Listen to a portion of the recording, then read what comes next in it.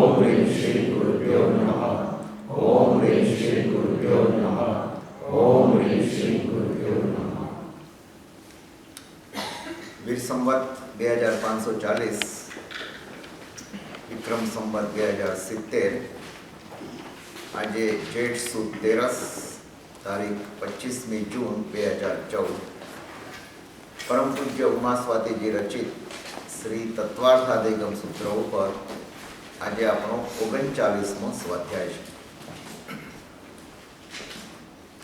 છઠ્ઠો અધ્યાય આપણે ગયા વખતે પૂર્ણ કર્યો અને એક સૂત્ર બાકી રહી ગયું, 23મું સૂત્ર. એ આપણે સાથે જ લઈ લઈશું. આજે કમ્પ્લીટ રિવ્યૂ, ટોટલ રિવ્યૂ છે, એટલે બરાબર ધ્યાન આપજો, કારણ કે હવે પછી એક્ઝામ લેવાની છે અને છઠ્ઠા અધ્યાયની એક્ઝામ આવતા ગુરુવારે નથી, આવતા ગુરુવારે પંડિતજીનો સ્વાધ્યાય છે, એના પછીના ગુરુવારે, એટલે તમને 2 વીક મળે છે પ્રેપરેશન માટે.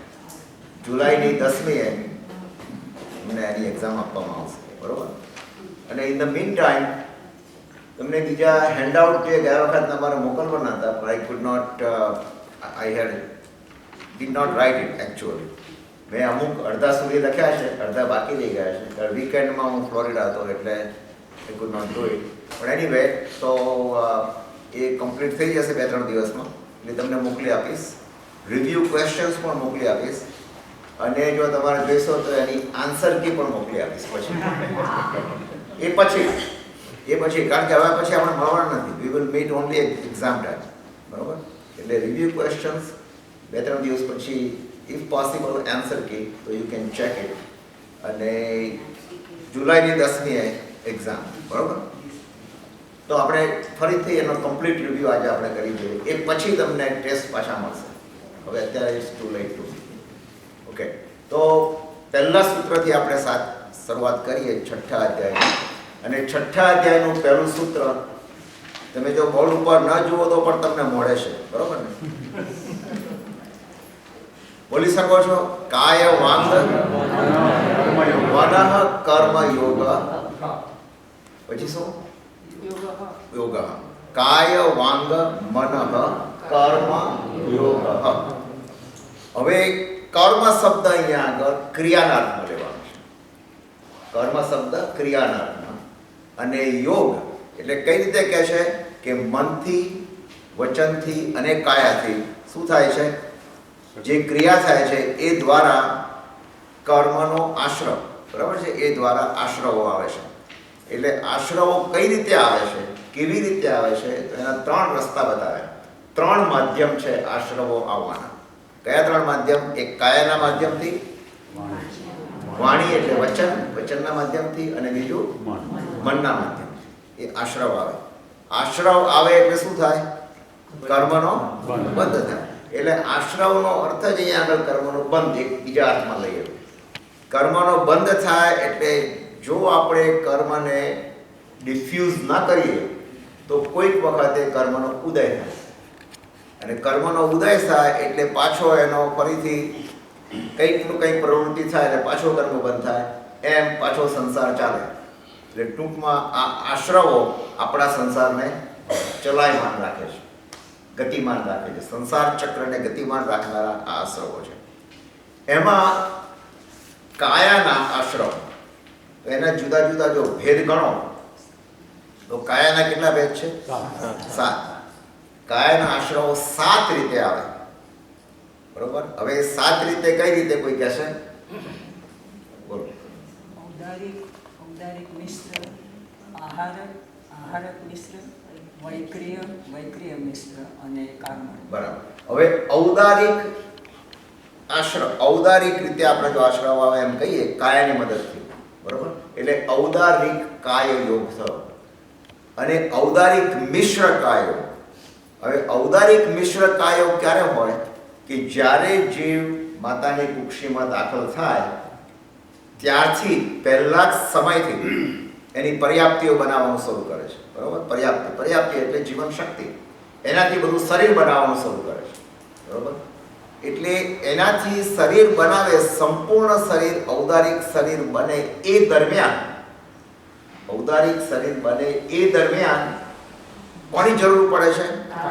કાર્મણની. એટલે કાર્મણ શરીરની જરૂર પડે છે. એટલે કાર્મણ અને ઔદારિક એને મિશ્ર કાયોગ થાય છે. એકવાર શરીર બની ગયું પછી કાર્મણ શરીરની જરૂર નથી, પછી ઔદારિક શરીર એ જીવે ત્યાં સુધી, અત્યારે આપણું ઔદારિક શરીર જીવે ત્યાં સુધી. એ જ રીતે વૈક્રિય માટે સમજવાનું, એ જ રીતે આહારક માટે સમજવાનું, અને છેલ્લે કાર્મણ કાયો. હા, કર્મની જરૂર શા માટે પડે ત્યાં? કારણ કે કર્મ ઇઝ ધ પૂર્વ કર્મ તમે સાથે લઈને આવ્યા. એ કર્મ સાથે લઈને આવ્યા છીએ એટલે કર્મની અસર તો થાય ને. કર્મ કેવું લઈને આવ્યા છો, ક્યાં જન્મવાનું છે, કેવી રીતે જન્મવાનું, કેવી રીતે એનો પ્રોગ્રેસ થશે, બધું કર્મના આધારે. એટલે કાર્મણ કાય યોગની શરૂઆતમાં આ શરીર બનાવવામાં જરૂર પડે છે. પછી કર્મ છે, કાર્મણ કાય યોગ નથી. પછી કર્મ સતત ચાલુ જ છે, તો જીવન સુધી ચાલુ છે. તો પછી ઉદયને બંધને તો ચાલ્યા જ કરે છે, બરોબર. પણ શરૂઆતમાં એ જરૂર પડે છે. હવે એ થયા 7 અને છેલ્લે કાર્મણ શરીર, બરોબર. એ 7 થઈ ગયા. હવે બીજો છે વચન યોગ. વચનના કેટલા ભેદ છે? 4.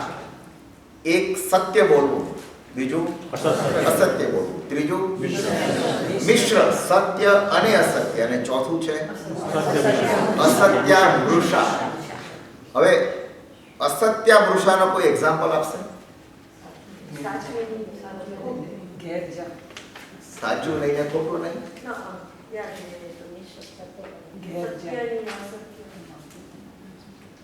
ના, પણ તો પછી એ સત્ય અસત્યમાં શું છે? સત્યાસત્ય, સત્ય અને અસત્ય ત્રીજા નંબરે આવે ને. ત્રીજા નંબરે સત્ય અસત્ય આવે અને ચોથા નંબરે અસત્યામૃષા આવે, બરોબર. તો અસત્યામૃષાનો અર્થ અહીંયા આગળ એ કરવાનો છે કે દાખલા તરીકે આપણે ત્યાં જ્યારે મહેમાન આવે તો આપણે શું કહીએ? આવો, પધારો, બેસો, એમ કહીએ ને. હવે આવો, પધારો, બેસો એ કીધું, એ સત્ય તો છે, વ્યવહારિક દ્રષ્ટિએ સત્ય છે. પણ તત્વ દ્રષ્ટિએ, તીર્થંકરની દ્રષ્ટિએ, તીર્થંકરની વાણીની દ્રષ્ટિએ એ સત્ય નથી. તત્વજ્ઞાન નથી એમાં. એમાં 9 તત્વ કે 6 દ્રવ્યની કોઈ વાત નથી. એટલે અસત્યામૃષા કહેવાય. વ્યવહારિક દ્રષ્ટિએ સ્ટેટમેન્ટ સાચું છે, પણ પેલી દ્રષ્ટિએ સાચું નથી. ખ્યાલ? હવે તમે એમ કહેશો કે તો સત્ય અસત્યમાં શું કે? ત્રીજા નંબરનું છે ને, સત્ય અસત્ય. સત્ય પણ નહીં અને અસત્ય પણ નહીં. એનો તમે દાખલો લેવો હોય તો એમ કહી શકીએ કે ઘેટા બકરા. હા, ઘેટા બકરા તો બરાબર છે. ઘેટા બકરામાં શું છે? થોડું સત્ય થોડું થોડું સત્ય થોડું અસત્ય છે. એ તો તમે કીધું, પણ હવે તમારે આની જોડે જોડવું છે જરા. કોની જોડે? આ ચોથાની જોડે કમ્પેર કરવું છે. તો તમને દાખલો શું આપું કે ન્યૂ જર્સીમાં જૈનો વધારે છે. એ વાત સત્ય છે કે નહીં? સમજી લો કે અમેરિકાની અંદર ન્યૂ જર્સીમાં જૈનો વધારે છે, સમજી લો છે, તો એ સત્ય ખરું કે નહીં? પણ જૈનો જ વધારે છે કે બીજી કમ્યુનિટીના પણ વધારે છે? બીજી કોઈ હિન્દુ કમ્યુનિટીના પણ વધારે છે, બરોબર છે. એટલે ન્યૂ જર્સીમાં જૈનો વધારે છે એ એક અપેક્ષા એ સત્ય છે, પણ બીજી કમ્યુનિટીના વધારે છે એ અપેક્ષા એ પેલું સ્ટેટમેન્ટ બરાબર નથી, બરાબર? એટલે એ સત્ય અસત્ય થઈ. જ્યારે પેલામાં શું છે? તત્વદ્રષ્ટિ આવે. તત્વદ્રષ્ટિ જ્યાં આગળ આવે ત્યાં આગળ આપણે એમ કહીએ કે આ અસત્ય મૃષા, બરોબર છે. એટલે આ વાક્યમાં તું ઘેર જા, હવે ઘેર જવામાં કોઈ તત્વદ્રષ્ટિ છે જ નહીં, એટલે અસત્ય મૃષા કહેવાય એ સ્ટેટમેન્ટ.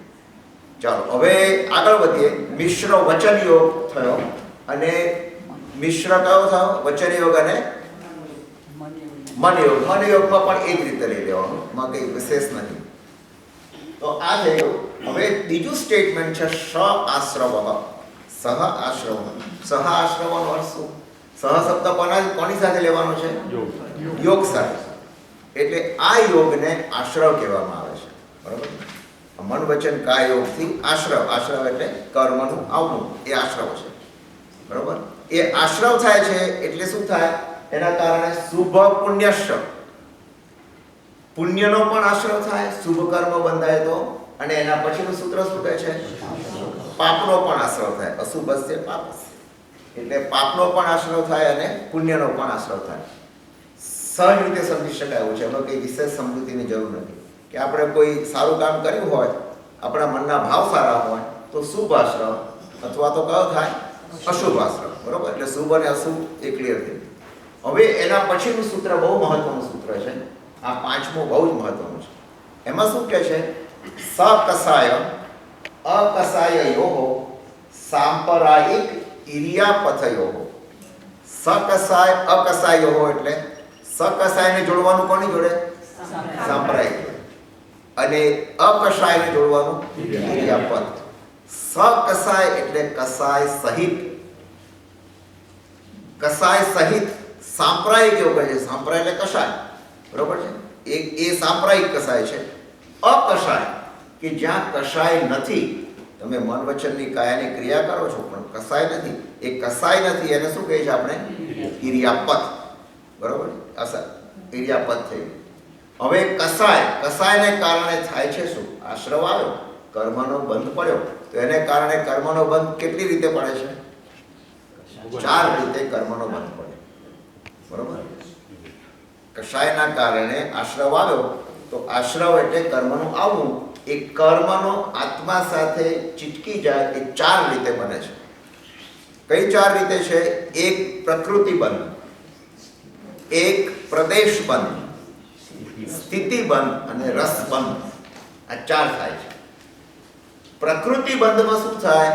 એ કર્મ જ્યારે ઉદયમાં આવશે ત્યારે કયા સ્વભાવથી, એ કયો એનો સ્વભાવ હશે, એની પ્રકૃતિ કેવી હશે એ બતાવે છે. એ પ્રકૃતિ બંધ થયો, એનો સ્વભાવ કયો, એ પ્રકૃતિ બંધ જ્યારે પણ ઉદયમાં આવશે ત્યારે, બરોબર? પછી પ્રદેશ બંધ એટલે કેટલા જથ્થામાં કર્મના પરમાણુઓ આવે છે આત્મા ઉપર, એ જથ્થો એટલે ક્વોન્ટિટી, એ ક્વોન્ટિટીમાં પ્રદેશ બંધ.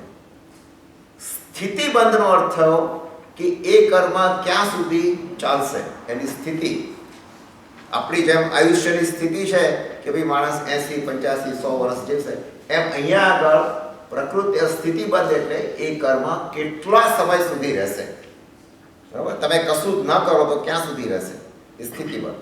અને રસ બંધ એટલે એની અંદર તમે બરાબર મસાલા નાખો છો ને, કેટલી તીવ્રતાથી એ કર્મ ઉદયમાં આવશે, કેટલી તીવ્રતાથી, બરોબર? તો એનો સ્વભાવ બતાવે છે પ્રકૃતિ બંધ. પછી પ્રદેશ બંધ એટલે જથ્થો. ત્રીજો સ્થિતિ બંધ એટલે એનો કાળ કેટલો છે, તે એ કર્મ 5 વર્ષ, 10 વર્ષ, 25 વર્ષ, 50 વર્ષ, સાગરો પણ ક્યાં સુધી ચાલશે. અને રસ બંધ એટલે કેટલી ઇન્ટેન્સિટી, કેટલી તીવ્રતાથી કર્મ ઉદમ. આ શુભ માટે પણ બને અને બંને માટે આ બને, બંને માટે આ બને. તો એ જે સાંપ્રદાયિક કષાય છે, એ સાંપ્રદાયિક કષાય કોને હોય? 1 થી કેટલા ગુણસ્થાન સુધી? 1 થી 10. કારણ એનું કારણ શું? 10 થી 11 માં કેમ નહીં? કારણ કે મોહનીય કર્મ 10 ને ખતમ થઈ જાય છે. અને કર્મનો ખાસ તો વધારે પ્રભાવ કોનો છે? મોહનીય કર્મ. એટલે મોહનીય કર્મ 10મે ગુણસ્થાને સમાપ્ત થઈ જાય છે. એ પછી બધું શાંત થઈ જાય. જેમ પેલા ચેસની ગેમમાં તમે જો વજીર કે ક્વીન કહો છો ને, એ ક્વીનને પાડી દીધી તો પછી ઇઝી, ગેમ ઇઝ ઇઝી, બરાબર. છતાં પણ એમાં આર્ટ જોઈએ. એમ અહીંયા પણ 1 થી 10 ગુણસ્થાન સુધી બરાબર છે. 11મા ગુણસ્થાને આ બધું જીવ પડે પણ ખરો, પણ 11મા ગુણસ્થાને જ્યાં સુધી છે, 12મા ગુણસ્થાને જ્યાં સુધી છે, 13મા ગુણસ્થાને જ્યાં સુધી છે, ત્યાં સુધી બીજા કોઈ કર્મ નથી. એટલે મન વચન કાયાના ખાલી 12મું દ્રવ્ય કર્મ છે, પણ એનાથી શું થાય છે? ઇરિયાપથ. એટલે તમે કહો છો બંધ નથી પડતો, બંધ પડે છે, પણ બીજી ક્ષણે પાછો ખરી પણ પડે છે. કર્મ આવે, બંધાય અને પાછા ખરી પડે. એટલે એની કોઈ બીજી વિશેષ અસર નથી. આ 5મું સૂત્ર મહત્વનું છે, બરાબર. આ કષાયોના સાંપ્રદાયિક, અસાંપ્રદાયિક વગેરે ભેદ છે. હવે આગળ જોઈએ 6થું સૂત્ર.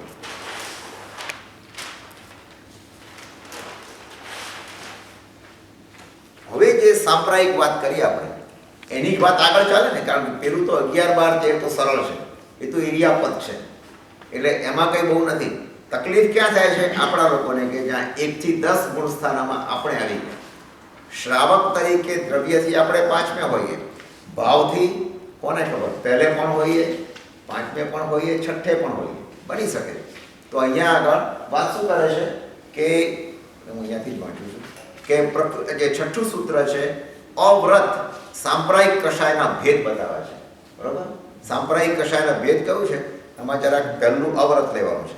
એટલે અવ્રત કષાય ઇન્દ્રિય ક્રિયા, અવ્રત કષાય ઇન્દ્રિય ક્રિયા પંચ ચતુઃ પંચવિંશતિ સંખ્યા પૂર્વસ્ય ભેદા. પૂર્વસ્ય એટલે સાંપ્રદાયિક પહેલાનું. તો એના ભેદો કેટલા? તો કે અવ્રત છે એક, તો કષાય છે, ઇન્દ્રિય છે અને ક્રિયા છે.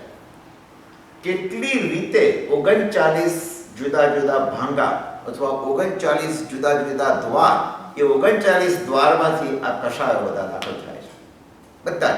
એક તો અવ્રત, અવ્રત એટલે 5 વ્રત, બરાબર. હિંસા, જૂઠ, ચોરી, અસત્ય, બ્રહ્મચર્ય, આ બધા અબ્રહ્મ, આ બધા 5 રીતે. એ તો બહુ મોટી વાત છે. એનાથી કષાયો દાખલ થઈ જાય. પછી કષાયો તો છે જ, ક્રોધ, માન, માયા, લોભ, એ 4 કષાયો, બરાબર. પછી ઇન્દ્રિય, 5 ઇન્દ્રિયો દ્વારા, 5 ઇન્દ્રિયો દ્વારા આપણે જે પ્રવૃત્તિ કરીએ એનાથી આશ્રવ થાય છે. અને ક્રિયા પંચવિંશતિ, એટલે કેટલી ક્રિયા? 25 ક્રિયા. સામાન્ય રીતે તમે 25 ક્રિયાઓમાં આપણે જોયેલું એ બધું આમ તો જોવા જાવ તો કષાયમાં એમાં આવી જાય છે, પણ થોડું સ્પેસિફિક કીધેલું છે. એની બહુ ચિંતા ના કરતા from exam point of view. એ 25 ક્રિયાનું તમારે યાદ રાખવાની જરૂર નથી. પણ આ 5 વ્રત, અવ્રત જે છે 5, 4 કષાય અને 5 ઇન્દ્રિય, એ તો સહેલું છે, યાદ રહી શકે. પણ બધાનું ટોટલ કેટલું થાય છે? 39. તો 39 એ કયા કષાયો છે? સાંપ્રદાયિક. હવે અહીંયા 42 તો ટોટલ કર્યું નથી ઉમાસ્વાદીજીએ, પણ કહી દીધું કે ઇરિયાપથ મન વચન ને કાયાના યોગથી થાય. એટલે મન વચન ને કાયાના 3, સાંપ્રદાયિકના 39, એટલે ટોટલ કેટલા આશ્રવો છે? 43. જો સાંપ્રદાયિકના આશ્રવો કેટલા? 39. ઇરિયાપથના 3. અને એમને કે પૂછવામાં આવે કે ભાઈ આશ્રવોના કુલ ભેદ કેટલા? તો 42, બરોબર. એ 42 ભેદ થયા. એટલે આ સાંપ્રદાયિક કષાયના આશ્રવ થયા. હવે જરા એમાં જ આગળ વધે છે પ્રશ્ન. હા, આજે 5 ઇન્દ્રિયોથી થાય એ પેલા ઇરિયાપથમાં કેમ ના થાય? તીર્થંકર ને એમને 5 ઇન્દ્રિયો તો હોય. મોહનીય છે જ નહીં ને, ઇરિયાપથમાં થાય ને 5 ઇન્દ્રિયો ચાલે, આશ્રવ આવે છે, પણ બંધ પડે તરત ખરી પડે છે.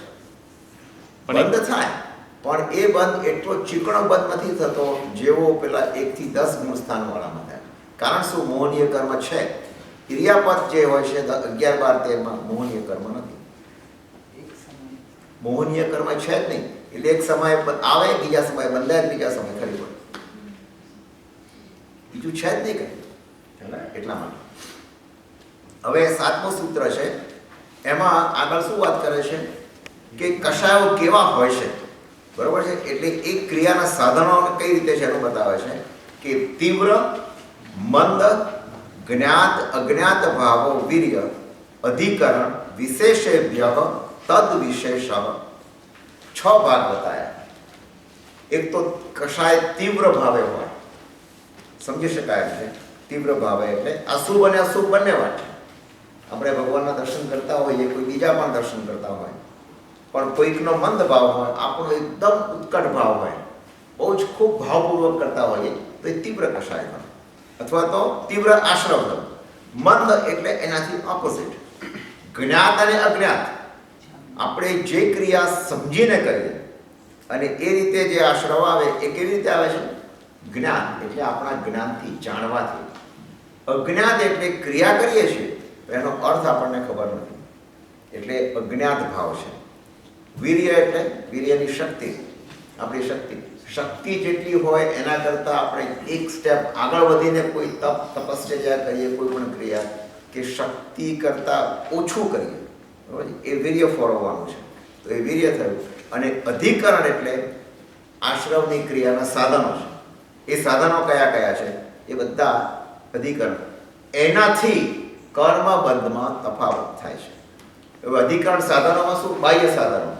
કોઈ દાખલા તરીકે લાકડી લો, તલવાર લો, કોઈ ચપ્પુ લો, કોઈ આ લો, કોઈ બીજા હથિયાર લો, એ બધા બાહ્ય સાધનો છે.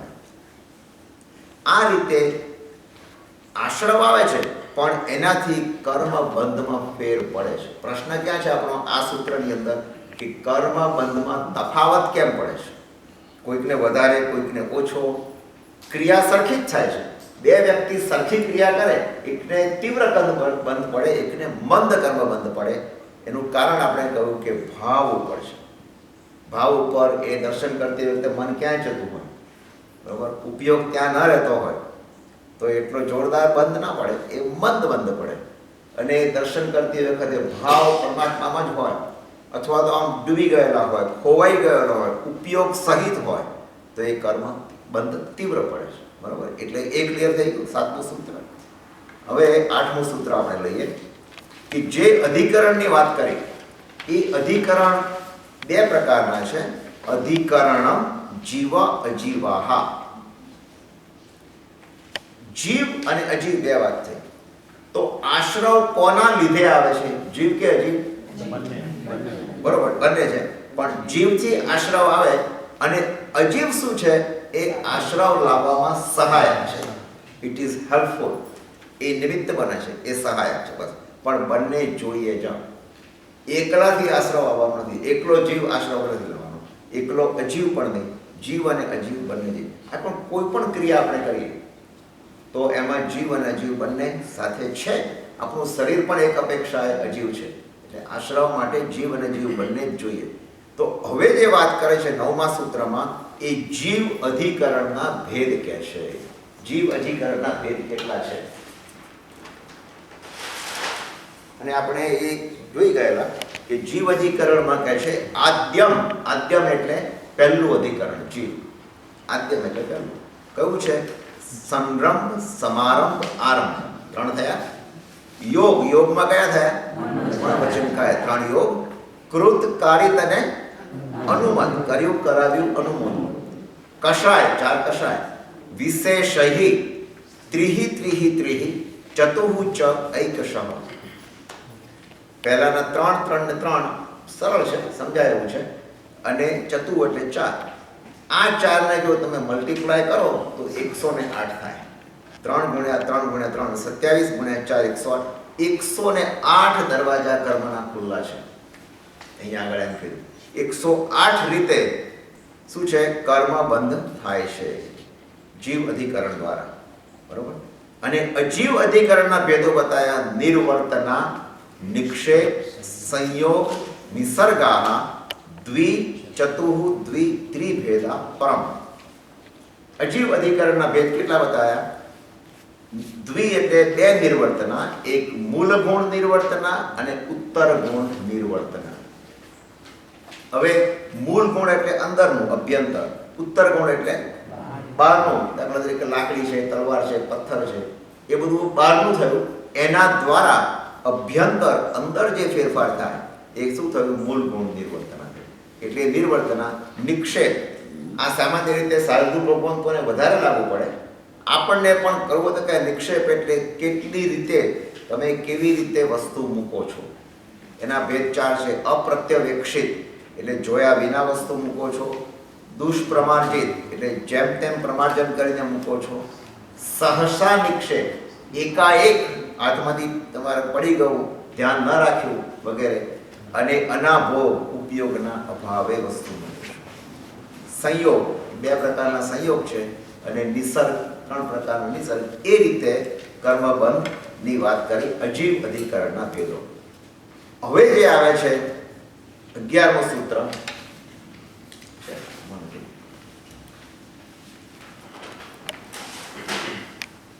11મા સૂત્રની અંદર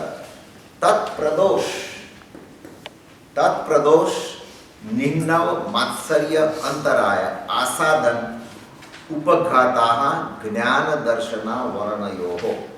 કોની વાત કરે છે અહીંયા આગળ? જ્ઞાન દર્શના વર્ણયોઃ. જો 11મા સૂત્રથી માંડી છેક સુધી, લગભગ છેક સુધી 8 કર્મોની વાત છે. બરોબર? આ તો એક બેકગ્રાઉન્ડ થઈ ગયું. હવે શું કહે છે? કર્મ 8 પ્રકારના, અને 8 પ્રકારના કર્મોના આશ્રમો કેવી રીતે આવે છે. આપણો આ કાયમ કોમન પ્રશ્ન છે કે કર્મ કેવી રીતે બંધાય. તો 8 પ્રકાર છે એના, અને 8ના પેટાભેદ પણ છે. તો આપણે આ લઈએ. પહેલા તમે 8 કર્મને યાદ કરો. કયું હશે? પહેલું કર્મ જ્ઞાનાવર્ણીય, બીજું દર્શનાવર્ણીય, ત્રીજું તમને પેલો સ્ટોરી યાદ છે ને? જ્ઞાનચંદ શેઠ દર્શન કરવા જતા હતા, જ્ઞાનાવર્ણીય દર્શનાવર્ણીય. રસ્તામાં વેદના ઉપડી એટલે વેદનીય. ડોક્ટર મોહનલાલ પાસે ગયા એટલે મોહનીય. એમણે શું કીધું કે આયુષ્યનો ભરોસો નથી. તમે પરમાત્માનું નામ લો અને ગોત્ર દેવતાને યાદ કરો તો અંતરાય તૂટશે. 8 કર્મ આવી ગયા. ફરી એકવાર, પહેલા જ્ઞાનાવર્ણીય, પછી ત્રીજું. હવે વેદનીયમાં દર્શન, સાતા વેદનીય અને બે ભાગ થશે. આગળ બે ભાગ આવશે. પછી કયું થયું? મોહનીય. મોહનીયમાં દર્શન મોહનીય અને ચાલો એ પત્યું. પછી આવશે આયુષ્ય. આયુષ્યમાં 4 ભેદ પાછા આવશે ને? મનુષ્ય આયુષ્ય, તિર્યંચ આયુષ્ય, નરક આયુષ્ય, દેવનું આયુષ્ય અને ત્રિભેદાહ, બધા 3 પ્રકારનું આયુષ્ય. 5 સૂત્રો એમાં આવશે. બરોબર? એટલે એ શું થયું? આયુષ્ય કર્મ. પછી આવશે નામ. નામમાં કયું આવશે? બધું જુદું છે ને. નામમાં તો પ્રકૃતિ ઘણી છે, પણ શુભ નામ અને અશુભ નામ, એને 2 જ ભેદ કરી નાખ્યા. કારણ કે નામ તો 103 પ્રકારના જુદા જુદા નામ છે. એટલે એ તો બધું જુદું આવશે. હવે નામ પછી શું આવશે? ગોત્ર, ઉચ્ચ ગોત્ર અને છેલ્લું 5 પ્રકારના દાનાંતરાય, ભોગાંતરાય, લાભાંતરાય, ભોગાંતરાય, ઉપભોગાંતરાય અને નિર્યાંતરાય. તો હવે પછીના સૂત્રો બધું જ આપણા કર્મને ઉગાડું કરીને વાત કરે છે કે કેવી રીતે આશ્રવો, કેવી રીતે કર્મ બંધાય. બહુ મસ્ત બતાવ્યું છે આ સૂત્રની, આ બધા સૂત્રોની અંદર. આ તો ખાલી બેકગ્રાઉન્ડ આપી દીધું. ખરું હવે શરૂ થાય છે. હવે જુઓ, એ કહે છે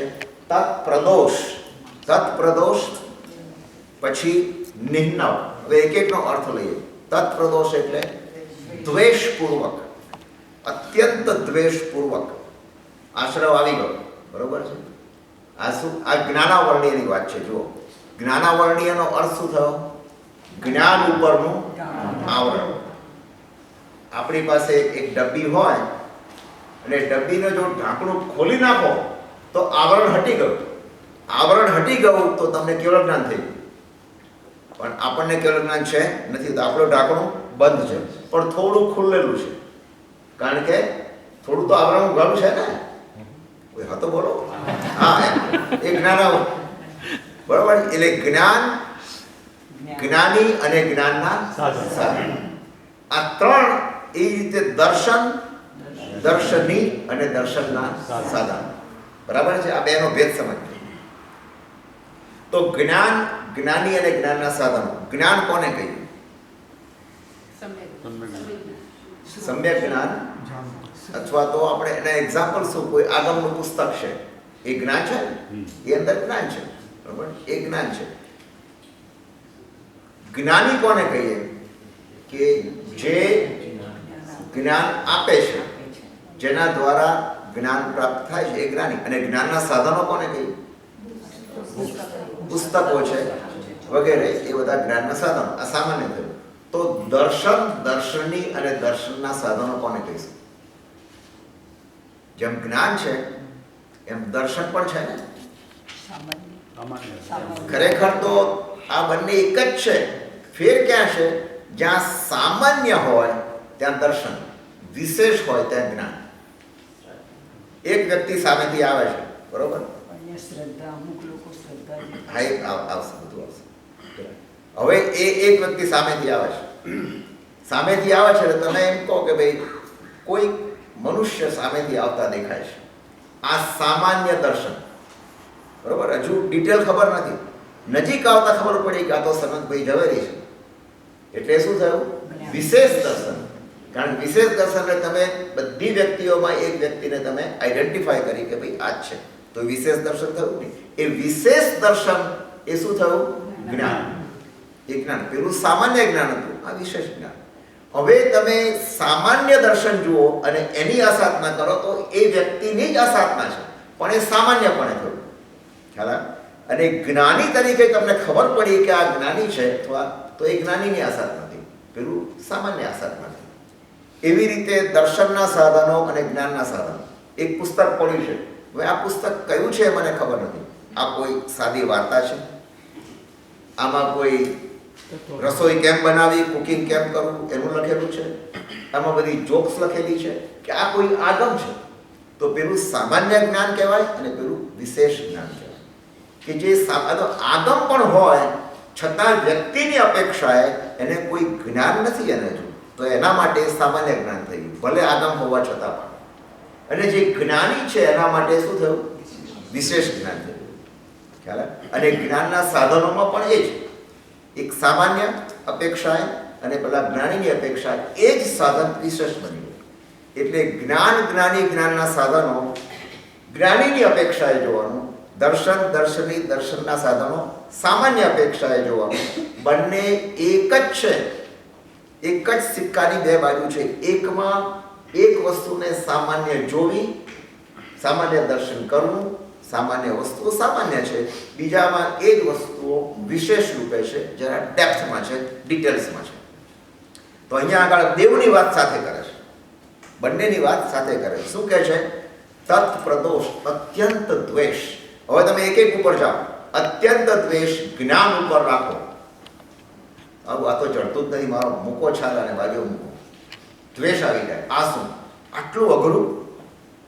આવું તો મને કંઈ આવડે જ નહીં ને, બસ આ થઈ ગયું. તમે નથી આવડતું કે તમારી નબળાઈ છે એ કહેવાને બદલે જ્ઞાનને દોષ આપીએ છીએ. મને યાદ નથી રહેતું એ મારી નબળાઈ છે એ છુપાવીને કોને કહે છે? જ્ઞાનને દોષ આપીએ. તો એ અત્યંત દ્વેષ જ્ઞાન ઉપર, એ જ રીતે જ્ઞાની ઉપર. આ બધું જો પંપર જાય છે, ઉપરથી સમજાવાય પણ ખબર નથી પડતી. એ જ્ઞાની ઉપર દ્વેષ થયો. અને જ્ઞાનના સાધનો ઉપર પણ તમારી પાસે લખાણ હોય, આ હોય કે આ તો બધું લખેલું છે પણ શું કામનું, એ દ્વેષ થઈ ગયું. હવે નિર્ણવ એક એક તમે લો. આ જ રીતે દર્શન, દર્શની, દર્શનના સાધનો સમજાય ગયું. હવે નિર્ણવ એટલે છુપાવવું, જ્ઞાનને છુપાવવું. તમે કોઈ જ્ઞાન માટે કોઈ પૂછવા આવે તો મારી પાસે પુસ્તક નથી, તમારી પાસે 2 કોપીઓ પણ ના આપો. જ્ઞાની, બરાબર, જ્ઞાની પણ નિર્ણય કરી શકે છે. ભાઈ મારે અત્યારે બહુ બિઝી છું, કાલે આવે, એ બધું કરી શકે. અને જ્ઞાનના સાધનો પણ છુપાવી શકે. માત્સર્ય એટલે ઈર્ષા. આને હું કહીશ તો મારાથી આગળ વધી જશે. આ જ્ઞાન માટે પણ ઈર્ષા આવે, જ્ઞાનીની પણ ઈર્ષા આવે, જ્ઞાનના સાધનોની પણ ઈર્ષા આવે. આ બધું જ જ્ઞાનાવર્ણીય કર્મ બંધાય છે. જો આપણે એક જ્ઞાનની આસાધના કરી આ સાધન આગળ આવે છે. પહેલા આપણે પૂરું લઈએ. ચાલો, અંતરાય. અંતરાય એટલે બરોબર છે, એના વિઘ્ન નાખવું, કોઈ પણ રીતે અંતરાય પાડવો. જ્ઞાનમાં અંતરાય પાડવો, જ્ઞાનીનો અને જ્ઞાનના સાધનો. આ અંતરાય ઉભો કરી દીધો. અશાતા એટલે અનાદર. જ્ઞાનનો અનાદર કર્યો, ચોપડી ફેંકી, મારે નહીં જોઈ. જ્ઞાનીનો અનાદર કર્યો. એ તો આવે છે, આ તો બધા લેક્ચરો રોજ આપે છે, આપણું શું કામ છે તે ખોટું. અને જ્ઞાનના સાધનોનો અનાદર કર્યો, તો એ અનાદર થઈ ગયો. અને ઉપઘાત એટલે જ્ઞાનના સાધનોનો ડિસ્ટ્રોય કરવા, નાશ કરવો, જ્ઞાનીને હેલ્પ ના કરવી વગેરે. કોઈ બિચારા એવા જ્ઞાની હોય કે જેનો નિભાવ એના ઉપર જ ચાલતો હોય, આજીવિકા, એને આપણે સપોર્ટ ન કરીએ. એટલે આપણે મફત તો ના લઈએ ને, આપણને એમ તો થાય ને કે ભાઈ કંઈક એની દક્ષિણા. એ કોના માટે છે? જેના આજીવિકા ઉપર જેનું જીવન ચાલે છે, જ્ઞાન ઉપર. તો આ બધું છે ઉપઘાતમાં આવી જાય. આ બધું જો હોય નેગેટિવ લઈએ તો જ્ઞાન ઉપર આવરણ આવી જાય છે. જે ઉગાડવું હતું એ ઢંકાઈ જાય. તો પછી આપણે ફરિયાદ કરીએ ને કે ભાઈ મને ચડતું નથી. કેમ ચડતું નથી? જ્ઞાનની આશાતના કરી હશે ભૂતકાળમાં. હવે એ બે પ્રશ્ન થાય. જો ભૂતકાળમાં કરી છે તો અત્યારે તો મારી આંખ ઉઘડી ગઈ છે, હવે શું? બરોબર છે, અત્યારે મારી આંખ ઉઘડી, કઈ વાંધો નહીં. ભૂતકાળની કરી છે તો એ આશાતના ઓછી કરવા માટે અથવા એનો રસની તીવ્રતા ઓછી કરવા માટે, એની સ્થિતિ એટલે એનો કાળ ઘટાડવા માટે શું છે? ઘણા બધા સાધનો છે. પ્રતિક્રમણ એક ઉત્તમ સાધન. પ્રતિક્રમણ એટલે પ્રાયશ્ચિત. પ્રાયશ્ચિત વડે તમે કહી શકો મારાથી જ્ઞાનની આસાદ નથી. અથવા ઓમ નમો નાણસ્સ, એની તમે માળા પણ કરો કે ઓમ નમો નાણસ્સ, મને જ્ઞાન કેમ ચડતું નથી, એ તમે કહી શકો. મનની અંદર પણ પ્રાયશ્ચિતનો ભાવ આવો. થોડો તમે કોઈક હેલ્પર રાખો, કોઈ ટીચર રાખો, કોઈ ગાઈડ રાખો, એની પાસે જાઓ, એની પાસે અર્થ ઉકેલો. પણ પુરુષાર્થ તો આપણે જ કરવો પડે. કોઈ સામેથી આવીને પુરુષાર્થ કરાવવાનું નથી. એ પુરુષાર્થ દ્વારા શું થાય કે જે પેલું ઢાંકણું બંધ થઈ ગયું હતું એ જરાક ખુલશે. આપણે ખબર છે બધા ફાર્મસીમાંથી આવે છે, બધા ચાઇલ્ડ પેલા એવા હોય છે, ચાઇલ્ડ રેજિસ્ટર જેવા, એને જરા પુરુષાર્થ કરી આમ દબાઈ અને પછી ખોલવું પડે. એ ઢાંકણું ખુલે તો થાય. તો આ પણ એવું જ છે. આ એવું દબાઈ એવું છે કે એને તમારે ખોલવું પડે. ખોલવું પડે એટલે પુરુષાર્થ કરવો પડે. ને પુરુષાર્થ એટલે આ જ પુરુષાર્થ. સમજાય? આ પુરુષાર્થ થયો. એ જ્ઞાન, જ્ઞાની અને જ્ઞાનના સાધનોનો આ રીતે આપણે દૂર કરી શકીએ. દર્શનાવરણીય, સામાન્ય દર્શન પણ આપણે નથી જોઈ. ઘણી વખત ખ્યાલ નથી આવતો સામાન્ય પણ, કે મને કંઈ ખબર જ નથી પડતી આ શું છે. એ સામાન્ય દર્શન જો નહીં હોય તો વિશેષ દર્શન ક્યાંથી આવવાનું છે? તો પહેલું શું કરવું પડશે? સામાન્ય દર્શન દૂર કરવાનું છે. એટલે દર્શન એટલે જોવું. અહીંયા હવે અહીંયા આગળ એક કમેન્ટ આવી મને કે એ દર્શનને તમે શ્રદ્ધા ન સમજતા. દર્શનાવર્ણીયમાં જે દર્શન આવે છે એ દર્શનનું માત્ર આવરણ છે. એટલે એ સામાન્ય જ્ઞાન અથવા સામાન્ય દર્શન. બરાબર? સામાન્ય દર્શન એને તમે કોની સાથે નહીં જોડતા? મોહનીય કર્મ સાથે જોડતા નહીં. બરાબર? એ સ્પષ્ટ અહીંયા આગળ. કારણ કે જ્યાં જ્ઞાન દર્શનાવર્ણીયનો આશ્રવ છે એ ચોખ્ખું લખેલું છે, જ્ઞાન દર્શનાવર્ણીયો, જ્ઞાન દર્શનાવર્ણયો. એટલે જ્ઞાનાવર્ણી દર્શનાવર્ણીનો આશ્રવ છે. એટલે આપણે મોહનીયને તો હમણાં લેતા જ નથી. મોહનીયની વાત આગળ આવશે. હવે પછી જ્ઞાનાવરણી દર્શનાવરણી પછી શું આવે છે? વેદનીય. બરોબર ને? જ્ઞાનચંદ શેઠ દર્શન કરવા જતા રસ્તામાં શું થયું? વેદના ઉપડી. એટલે વેદનીય કર્મ. તો વેદનીયમાં પાછા બે ભાગ કયા આવશે? સાતા અને અસાતા. તો પહેલા આગળ આ ગુરુજી પહેલા કઈ લે છે? ના, પહેલા અસાતા. પહેલા અસાતા લે છે. કારણ કે આપણને એ જાણે છે, આપણી નાળ જાણે છે, અસાતા વાળા છીએ આપણે. એટલે અસાતાને પહેલા સમજવાની વાત કરે છે. અસાતામાં શું કહે છે? જુઓ, દુઃખ, શોક, તાપ, આક્રંદન, વધ, પરિદેવનાની આત્મ પર ઉભય સ્થાની અસદ્વેદ્વસ્ય. બરોબર? હવે જો એક એકનો અર્થ તમે જુઓ કે અસાતા કેવી રીતે થાય છે. જો આપણે એ સમજીએ કે અસાતા કેવી રીતે થાય છે તો સમજાઈ જાય કે આશ્રવ કેવી રીતે આવે. બરોબર? તો પહેલું શું કહે છે? દુઃખ. તો આપણને દુઃખ થાય છે, બધા અપાશે. દુઃખ તો થાય છે, ઘણા બધા કારણે દુઃખ થાય છે. તો તો દુઃખ થયું, જ્ઞાની તો ના પડે છે દુઃખ પણ ન થવું જોઈએ, પણ છતાં દુઃખ થાય, આપણે કહીએ ને કે હજુ તો અમે બધા 1 થી 10 ગુણ સ્થાનની અંદર છીએ, બરોબર, ઇરિયાપતિક નથી હજુ, એટલે દુઃખ તો થાય. એ દુઃખ થાય એટલે તરત જ અસાતાનો આશ્રવ આવી ગયો, બરોબર. પછી શોક, દુઃખથી વધારે આગળ ગણો તો એક સ્ટેપ ઉપર શું આવે છે? શોક. શોક એટલે કન્સિસ્ટન્સી દુઃખની. આજે દુઃખ થયું, કાલે પાછી એ વસ્તુ યાદ કરી દુઃખ થયું, પાછું ફરીથી યાદ કરી દુઃખ થયું.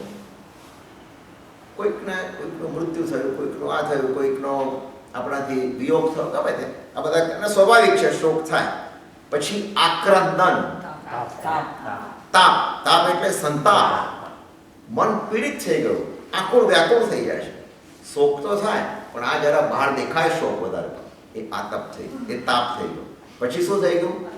આક્રંદન એટલે મન રડવા માંડે, એકદમ આક્રંદ કરવા માંડે, એ આક્રંદન. અને વધ એટલે પછી મારવા દોડે, એને પછી એમ થઈ જાય કોને મારું, પછી મનથી વચનથી ગમે તે રીતે કરે, આકરા પ્રહારો કરે, બધું વધ. અને પરિદેવનાની, પરિદેવન પણ એ જ વસ્તુ છે, પણ પરિદેવનમાં જરાક વધારે નહીં.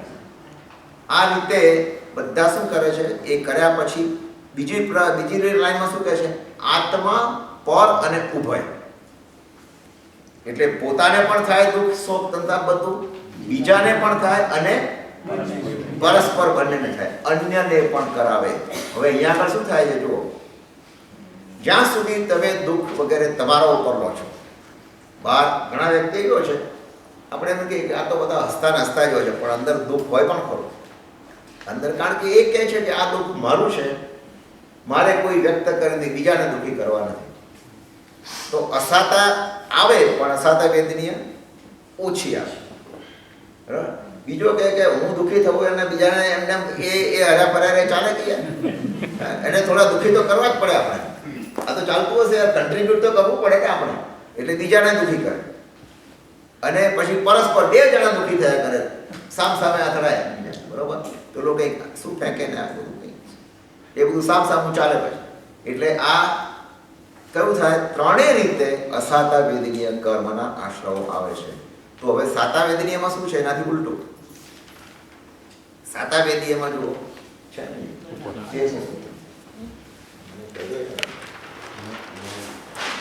હા, હવે જુઓ સાતા વેદનીયમાં એ કહે છે કે ભૂત વૃત્તિ અનુકંપા, દાનમ સરાગ સંયમ આદિ, યોગ ક્ષાંતિ શોચમ ઇતિ સદ્વૈદ્યસ્ય.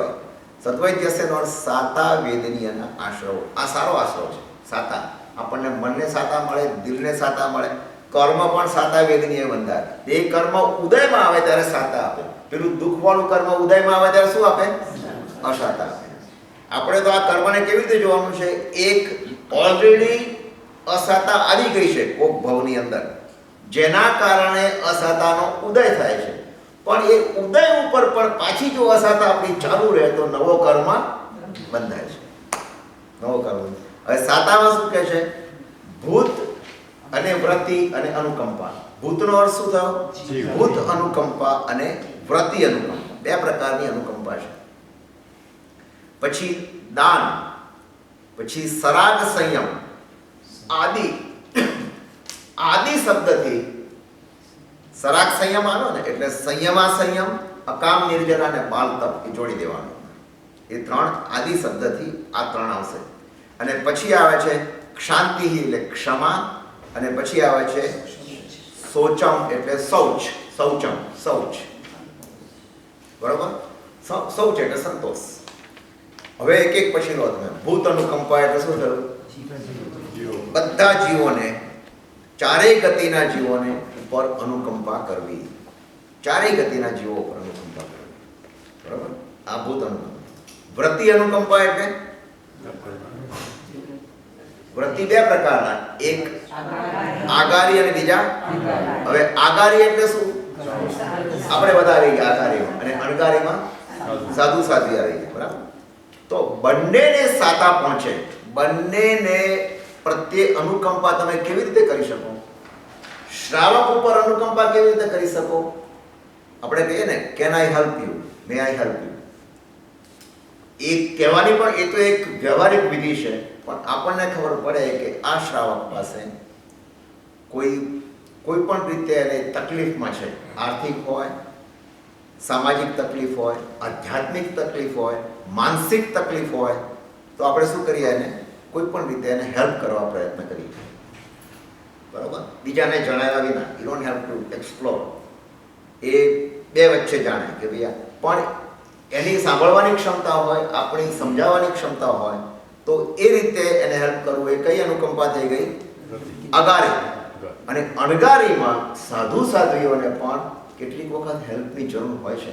જો ઘણા સાધુ સાધ્વીઓને જ્યારે વિહાર કરતા હોય ને, એમને ગોચરી પાણીનો યોગ નથી પણ હોતો. તો શ્રાવક કોઈકનું ઘર હોય તો એ બધું પહેલેથી ખબર પડે કે સાધુ સાધ્વીઓ અહીંયા આગળ આવવાના છે, એના માણસો કોઈ વખત મોકલાવે તો પછી બધું ગ્રોસરી આ તે બધું વ્યવસ્થા કરે. આ બધી પણ એમને પછી કોઈ બીમાર હોય સાધુ સાધ્વી, તો એની વયાવચ માટે પણ આપણે થોડા પૈસાની દ્રષ્ટિથી કે બીજી દવા વગેરે લાવી આપીએ, રાહત. પણ એ પણ માણસો છે ને આપણી જેમ, એમને પણ દિલ છે. તો એ શું થયું? વૃત્તિ અનુકંપા. પછી દાનમ. દાનમનો અર્થ શું થયો? સ્વ અને પરને અનુગ્રહ બુદ્ધિથી પોતાની વસ્તુ બીજાને આપવી. પોતાની વસ્તુ બીજાને આપવી. એક માણસ છે, કોઈ આવ્યો કે ભાઈ મને કંઈક હેલ્પની જરૂર છે, તમે મને આપો. આપણે એને હેલ્પ આપી એટલે એને શું થયું? એને શાંતિ થઈ ને, એના મનને સાતા થઈ. પણ આપણો અનુગ્રહ એટલે આપણો શું થયું? ઉપકાર. આપણે એક ઉપકારની ભાવના થઈ ને, એને કારણે આપણું પણ સારું કર્મ બંધાયું. અને પેલાને સાતા વળી એટલે એને સાતા વેદનીય કર્મનો પણ બંધ થયો. ખ્યાલ આવે? આ રીતે પણ આપણે કહી શકીએ. એ દાનમ. સરાગ સંયમ. રાગ સહિતનો સંયમ. રાગ સહિતનો સંયમ એટલે શું? દેવ ગુરુ ધર્મ. જે સાધુ સાધ્વી વગેરે હોય, ભલે એ દીક્ષા લીધી છે, પણ એમને પણ રાગ તો હોય ને. એમને રાગ હોય છે, બરોબર? રાગ પોતાના કુટુંબીજનોને યાદ કરે, કોઈ પૂર્વ ભૂતકાળને યાદ કરે, પણ એમને પણ રાગ હોય. ઇવન સાધુ સાધ્વીના એમના સંગાળામાં પણ બીજાને, તો એ સરાગ સંયમ થયા. તો સરાગ સંયમ એ પણ એક સાતા વેદનીય કર્મનો ઉદય છે, બરોબર? સંયમ આ સંયમ એટલે થોડો સંયમ અને થોડો આ દેશ વૃત્તિ, પેલું સર્વ વૃત્તિ હતું, બરોબર? બાલ તપ. બાલ તપ એટલે અજ્ઞાનતાથી કરેલો તપ, બાલ તપ. અને પછી આવે છે અકામ નિર્જરા. એના કર અકામ નિર્જરા એટલે ઈચ્છા વગર થતી નિર્જરા. હા હા, આજે એર કન્ડિશન ચાલુ નથી અને આપણે ફરિયાદ કરીએ અકામ નિર્જરા થઈ. અકામ નિર્જરા થઈ કારણ કે શું કરીએ, અમારે સહન કરવું પડે. આપણે બહાર શું કહીએ, અમે આમ સ્વાધ્યાય કર્યો, કોઈ એર કન્ડિશનની જરૂર નથી.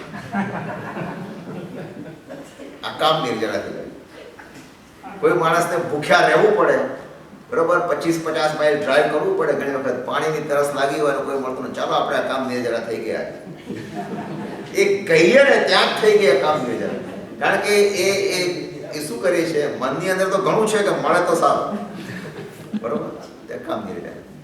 અને આપણે રાત્રિ ભોજનનો ત્યાગ આમ તો કરતા નથી, પણ આપણે પાછું ડૉક્ટર કહે કે તમારે સાંજ પછી ખાવાનું નહીં, તો પછી શું થયું? કઈ નિર્જરા થઈ? અકામ નિર્જરા. હવે એમ કહો કે હું રાત્રિ ભોજનનો મારે ત્યાગ છે, એ ત્યાગ ડૉક્ટરના દ્વારા ત્યાગ છે, અકામ નિર્જરા. સાદું ભોજન ખાધો, મીઠાઈઓ બધી બંધ. આપણે કહીએ કે કોઈને કે ભાઈ મારે તો મીઠાઈ બંધ છે, હા હા તપસ્વી તમે ખરેખર ધન્ય છે. પેલા કે ધન્ય છે નહીં, ડૉક્ટર ના પાડી છે, એ પણ અકામ નિર્જરા. તો આ બધી અકામ નિર્જરા છે. કમ્પ્લેન્ટ ન કરીએ તો જ અકામ નિર્જરા કહેવાય ને. ના, પણ કમ્પ્લેન્ટ કરીએ તો ઇટ્સ નોટ. એ બરોબર છે, એ બરોબર છે. કમ્પ્લેન તમે ન કરો તો થોડું સહન શક્તિ છે, થોડું સારું, પણ તેમ છતાં પણ અંદર ઊંડે તો કરવું પડે છે એમ. એ પછી જો તમે ચાલુ રાખો કે ભાઈ મારે આટલા વસ્તુનો ત્યાગ છે, મીઠાઈનો ત્યાગ ડૉક્ટરે તો કરવાનું કહ્યું, હવે હું સારો થઈ ગયો, તો ચાલો હવે ચાલુ રાખો, ત્યાં સકામ થઈ ગયું. એટલે પેલી અકામ નિર્જરા થઈ ગઈ. કારણ કે કોઈક માધ્યમ એવું છે જે આપણને બાય ફોર્સ, ભલે આપણે બોલીએ કે ના બોલીએ, પણ કોઈક માધ્યમથી, કોઈ ડૉક્ટરના માધ્યમથી, અત્યારે એર કન્ડિશન વર્ક નથી કરતું, એના માધ્યમથી આપણે બોલતા નથી પણ અકામની જરા ચાલુ છે, બરાબર, ચાલુ છે. ક્ષમા, ક્ષમા શબ્દ માટે તો કહેવાનું છે નહીં, આપણે કોઈકની સાથે તકલીફમાં બોલાચાલી છે પણ ક્ષમા આપી દો એટલે તમારું શું થઈ ગયું? એ સાતાવેદનીય કર્મનો આશ્રવ થયો. અને શૌચ એટલે બહારથી પણ સંતોષ અને માનસિક રીતે પણ સંતોષ, એ શૌચ. તો આ બધા સાતાવેદનીય કર્મના આશ્રવો થયા. ચલો, એટલે વેદનીય કર્મ પૂરું થઈ ગયું. હવે કયું આવશે? ડોક્ટર મોહનલાલ પાસે ગયા ને, તો મોહનીય કર્મ. મોહનીય કર્મના કેટલા ભેદ છે કુલ? આમ તો 2, પણ એના પેટા ભેદ કેટલા? 28. તો પેલા 3 શેમાં આવે છે? દર્શન મોહનીયમાં. મિથ્યાત્વ મોહનીય, મિશ્ર મોહનીય, સમ્યક. આ દર્શન મોહનીય. તો એના આશ્રવોની વાત કરે છે અત્યારે ગુરુજી વાત કરે છે દર્શન મોહનીય. પેલા કષાયો વાળા છે ચારિત્ર મોહનીય, બરોબર. તો દર્શન મોહનીયના આશ્રમમાં શું કહે છે? કેવલી શ્રુત સંઘ ધર્મ દેવ અવર્ણવાદ દર્શન મોહસ્ય. અવર્ણવાદ એટલે ખોટું બોલવું. હવે તમે ખોટું ક્યારે બોલો? દર્શન મોહનીયનો ઉદય હોય તો જ બોલો ને. ખોટું બોલવું એનો અર્થ શું થયો? કે સમજણના અભાવે આપણે આ બધી વાતો કરીએ છીએ. કોઈનું ચડતું ના બોલીએ, ઉતરતું બોલીએ, આ બધું બોલવું એ શું? દર્શન મોહનીય થયો. અને દર્શન મોહનીયનો આશ્રવ ક્યારે કહેવાય? કે દર્શન ગુણને એ ઘાત કરે છે. દર્શન એટલે શ્રદ્ધા, અહીં શ્રદ્ધા કહેવાનું. શ્રદ્ધાનો ઘાત કર્યો એટલે શું થયું? મિથ્યાત્વ. મિથ્યાત્વ થયું ને. એટલે જે મિથ્યા દ્રષ્ટિ છે એ હંમેશા અવર્ણવાદ કરતો હશે. અવર્ણવાદ એટલે ઘસાતું બોલે. તો શું થયું? પહેલા કેવલીનું ઘસાતું બોલે, આ બધું બોગસ છે, હું નથી માનતો આ કેવળ જ્ઞાન, આ બધું હોય જ ના શકે. શ્રુત, વધારે હું રિપીટ નથી કરતો, આપણે બધું કરી ગયા છે. શ્રુત એટલે શ્રુતનો પણ અવર્ણવાદ, સંઘનો પણ અવર્ણવાદ. શ્રુત એટલે જ્ઞાન, સંઘ એટલે ચતુર્વિધ સંઘ, એ બધાનું ઘસાતું બોલે. કેટલાક માણસોને એવી ટેવ પડી હોય છે, બસ જ્યાં હોય ત્યાંનું બધું ખોટું જ નેગેટિવ જ બોલવાનું. દેવ, આ દેવનું કોણ જ જોવા ગયું છે? છે કે નથી કે આ શું કોણ જોવા ગયું? એની સાબિતી શું હોય? તો અહીંયા આવે નહીં પૃથ્વી ઉપર. હવે આવે અહીંયા, બોલો, એર કન્ડિશન ચાલુ હોય, આવે ખરા? કોઈ દેવને આવવાનું મન થાય? કોઈ ના આવે. અવર્ણવાદ, આ બધાનો અવર્ણવાદ આપણે કરીએ એટલે ઘસાતો બોલીએ. તે કયો બંધ થાય છે? એટલે દર્શન મોહનીય ખતરનાક છે. તમે સમજો, કસાય તો હજુ સારું, પણ દર્શન મોહનીય એ ખતરનાક છે, કારણ કે મિથ્યાત્વ જ થઈ ગયું ને. હવે મિથ્યાત્વ જ જો હોય તો ચારિત્ર આવવાનું ક્યાંથી આવશે? ચારિત્ર નહીં આવે. એટલે પેલા 3ની ત્રિપુટી, અને આ તો અત્યારે મર્જરનો જમાનો છે ને, એટલે 3A અને પેલા 4 અનંતાનુબંધી એ મર્જ થઈ ગયા. એટલે દર્શનની પકડ મજબૂત કરી નાખી. દર્શનની પકડ મજબૂત કરી નાખી. એટલે દર્શન મોહનીય એ બહુ ખતરનાક છે. એ જબરજસ્ત આપણને ભાન ભૂલાવી નાખે, કારણ કે મિથ્યાત્વ છે.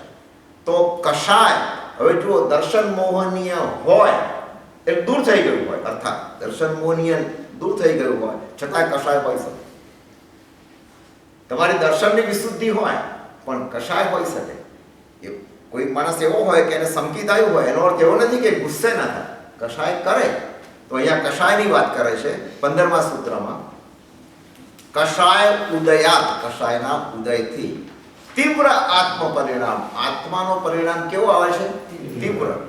ચારિત્ર મોહ નસ્ય, ચારિત્ર મોહનીયનું કર્મ બંધાવે છે. તમે જાણો છો 4 કષાય. અનંતાનુબંધી કષાય શું અટકાવે છે? સમ્યક દર્શન અટકાવે. અપ્રત્યાખ્યાની કષાય દેશવૃત્તિ અટકાવે, બરોબર. એટલે શ્રાવકના વ્રતો. અને પ્રત્યાખ્યાની કષાય સર્વવૃત્તિ, સાધુ ના થવા દે, દીક્ષા ના લેવા દે. સંજ્વલન કષાય, બધા કષાયો દૂર થઈ ગયા પણ નાનો કષાય રહી ગયો, કેવળ જ્ઞાન અટકાવે. સંજ્વલન એટલે એકદમ આછો કષાય જે આમ ઘડીકમાં દૂર થઈ જાય, પણ એ પણ છે તો શું અટકાવે? કેવળ જ્ઞાન. ચાલો, એટલે એ થઈ ગયું. હવે શું કહે છે ડોક્ટર મોહનલાલ? શું સલાહ આપી? આયુષ્યનો ભરોસો નથી. એટલે હવે આયુષ્ય કર્મ આવશે ને. ચાલો આયુષ્ય કર્મ કેટલું આખું સિસ્ટમેટિક એમને આખું બતાવ્યું છે આપણને આ કર્મની અંદર. હવે જો આયુષ્ય કર્મ પહેલું આયુષ્ય કયું કે છે? નરક, જ્યાં આપણે કોઈને જવું નથી. બરોબર, તો અહીંયા શું કહે છે? બહુ આરંભ પરિગ્રહત્વમ ચ નારકસ્ય. બે વસ્તુ ઉપર જ ભાર મૂકી દીધો. હજુ બધું ઘણું છે પણ આ બેમાં બધું જ આવી ગયું. બહુ આરંભ એટલે હિંસા કરવી. બરોબર, બહુ વધારે પ્રમાણમાં મન વચન અને કાયાથી હિંસા કરવી. બરોબર, અને પરિગ્રહનો અર્થ અહીંયા મૂર્છા લેવાનો છે, વસ્તુઓ નહીં. વસ્તુઓ હોઈ શકે પણ વસ્તુઓ ઉપરનું મમત્વ, વસ્તુઓ પરની માલિકી, આ મારું છે, કોઈ લઈ ના જાય. એ બે જો હોય તો નરકનું આયુષ્યના દરવાજા ખોલી નાખે. નરકનું આયુષ્ય બંધાવે. માયા તૈર્યજ્ઞસ્ય. માયા શું છે? કઈ ગતિનું? તિર્યંચ. તિર્યંચ ગતિમાં માયા વધારે હોય છે એટલે માયા તિર્યંચ. અલ્પ આરમ પરિગ્રહત્વમ સ્વભાવ માર્દવ આર્જવમ ચ માનુષસ્ય. મનુષ્યનું આયુષ્યમાં એ જ વાત કીધી, બહુને બદલે અલ્પ આરમ, અલ્પ પરિગ્રહ. અને સ્વભાવ પણ કેવો હોય? માર્દવ એટલે મૃદુ હોય, સરળ સ્વભાવી માણસ હોય. મૃદુ, એની ભાષા પણ બહુ આમ નમ્રતાવાળી, આમ મીઠી ભાષા. તો એ મનુષ્યનું આયુષ્ય બાંધે છે.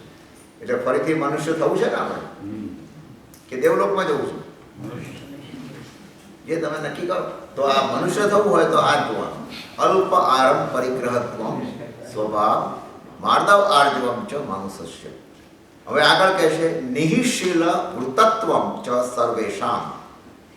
શીલ અને વ્રત એ જો ના હોય જીવનની અંદર, શીલ અને વ્રત ના હોય તો શું કરે છે? એના પરિણામ કેવા હોય? સર્વેષામ, બધા આયુષ્ય બાંધે છે. જેના જીવનમાં શીલ નબળું છે, વ્રતો છે નહીં, એ મનુષ્યનું આયુષ્ય પણ બાંધે. એ સૌથી વધારે જો એકદમ ડીપમાં જાઓ તો નરકનું આયુષ્ય બાંધે. એનાથી જરા ઓછું હોય, થોડું વ્રત લે, કોઈ વાર ના લે તો તિર્યંચનું બાંધે.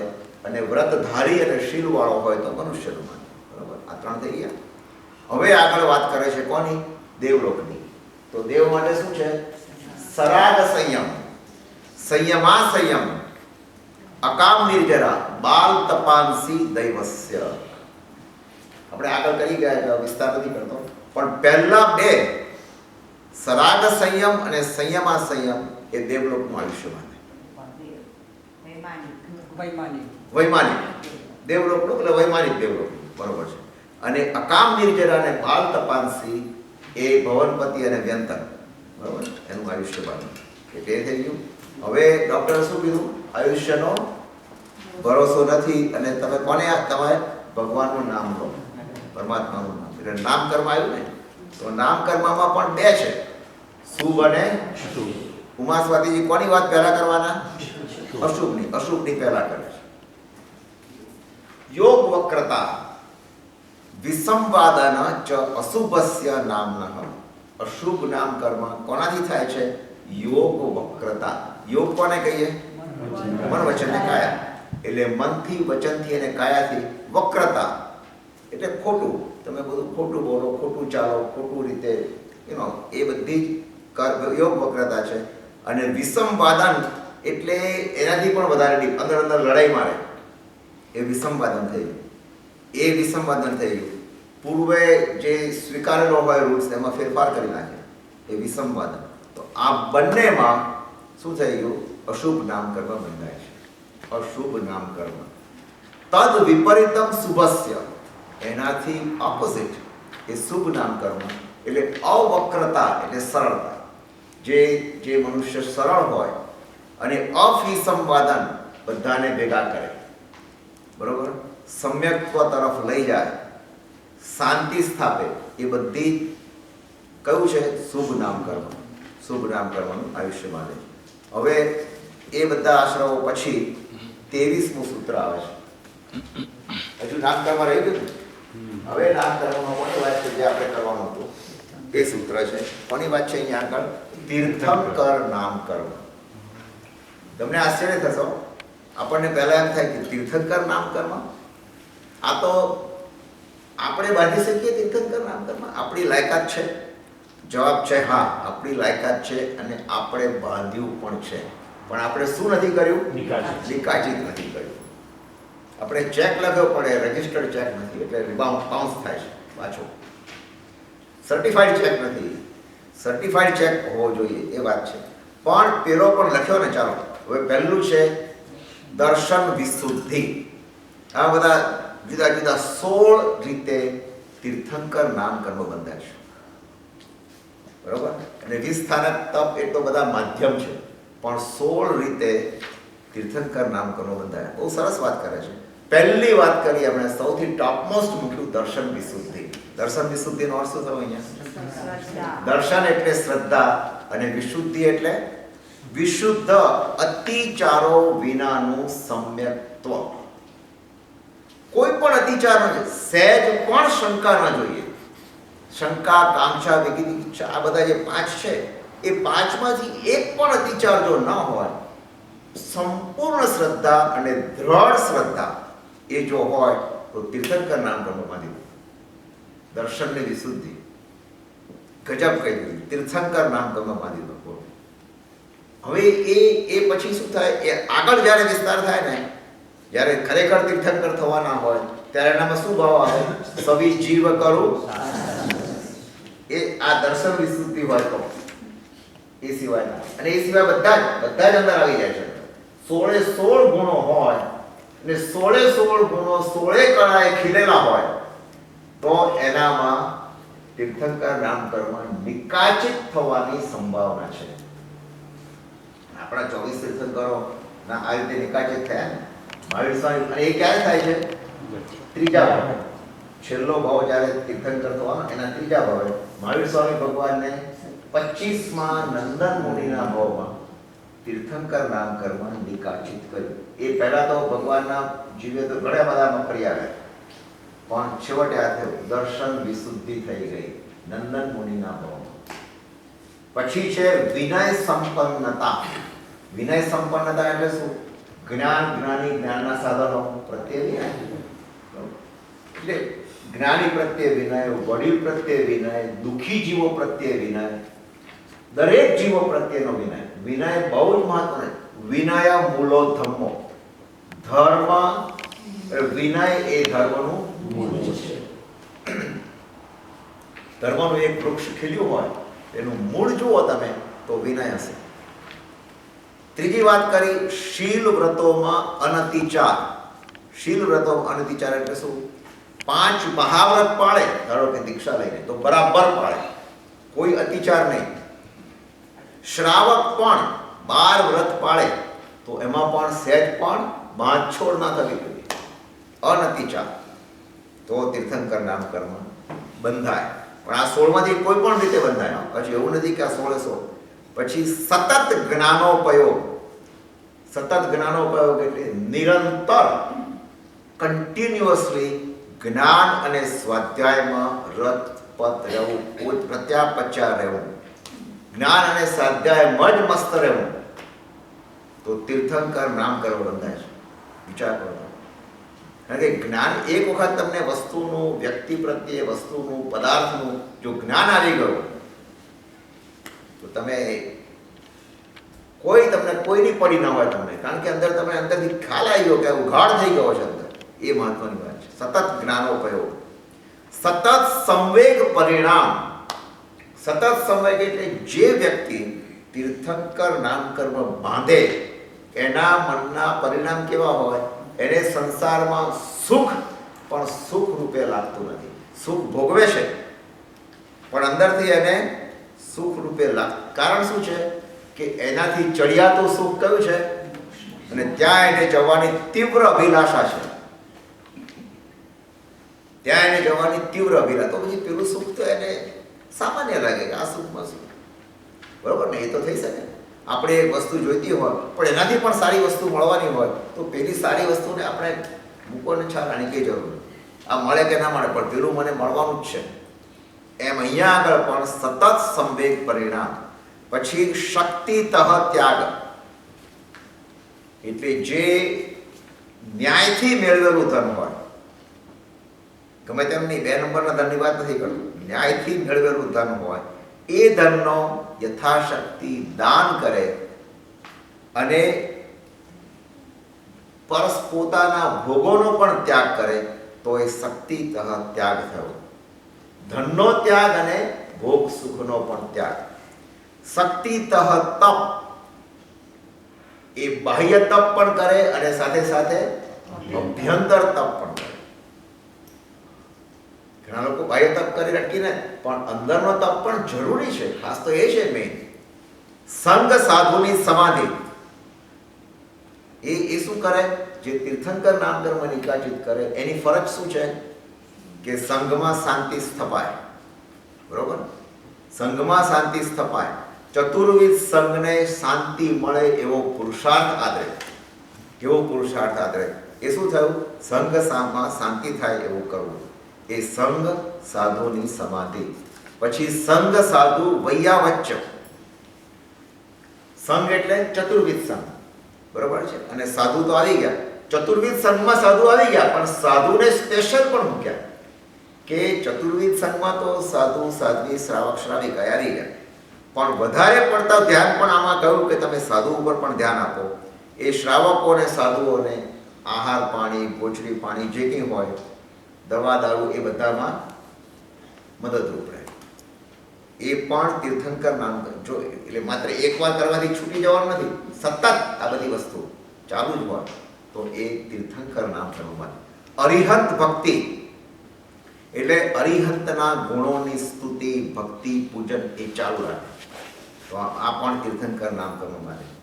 બહુશ્રુત ભક્તિ, ઘણા શાસ્ત્રોને જાણનાર હોય એ બહુશ્રુત કહેવાય. બહુશ્રુત એટલે ઘણા શાસ્ત્રો જાણે, એની પણ ભક્તિ અને અનુમોદના સંગ કરે. આચાર્ય ભક્તિ, આચાર્ય પ્રત્યેની માં કરે, આચાર્ય પ્રત્યે પણ બહુમાન અને ભક્તિ કરે.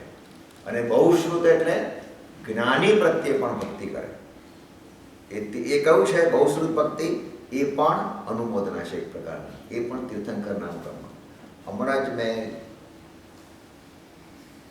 ગઈકાલે જ મારા સિસ્ટરને ફોન કર્યો હતો અમદાવાદમાં, તો મેં સાંભળ્યું એની પાસેથી કે એના કાકાજીનો દીકરો સુરતમાં રહે છે, નામ જગદીશભાઈ, તમે સાંભળ્યું હોય કદાચ, હું મળેલો છું એમને. એ જગદીશભાઈને 2 પગ નથી, બરોબર, વર્ષોથી, અને પોતે ચાલી શકે તો નહીં નેચરલી, પણ 2 હાથથી પગથિયા ચડે, 2 હાથથી ચાલે, સાવ શુક્લકડી શરીર. પણ તમે જ્ઞાનમાં જુઓ, અદ્ભુત જ્ઞાન.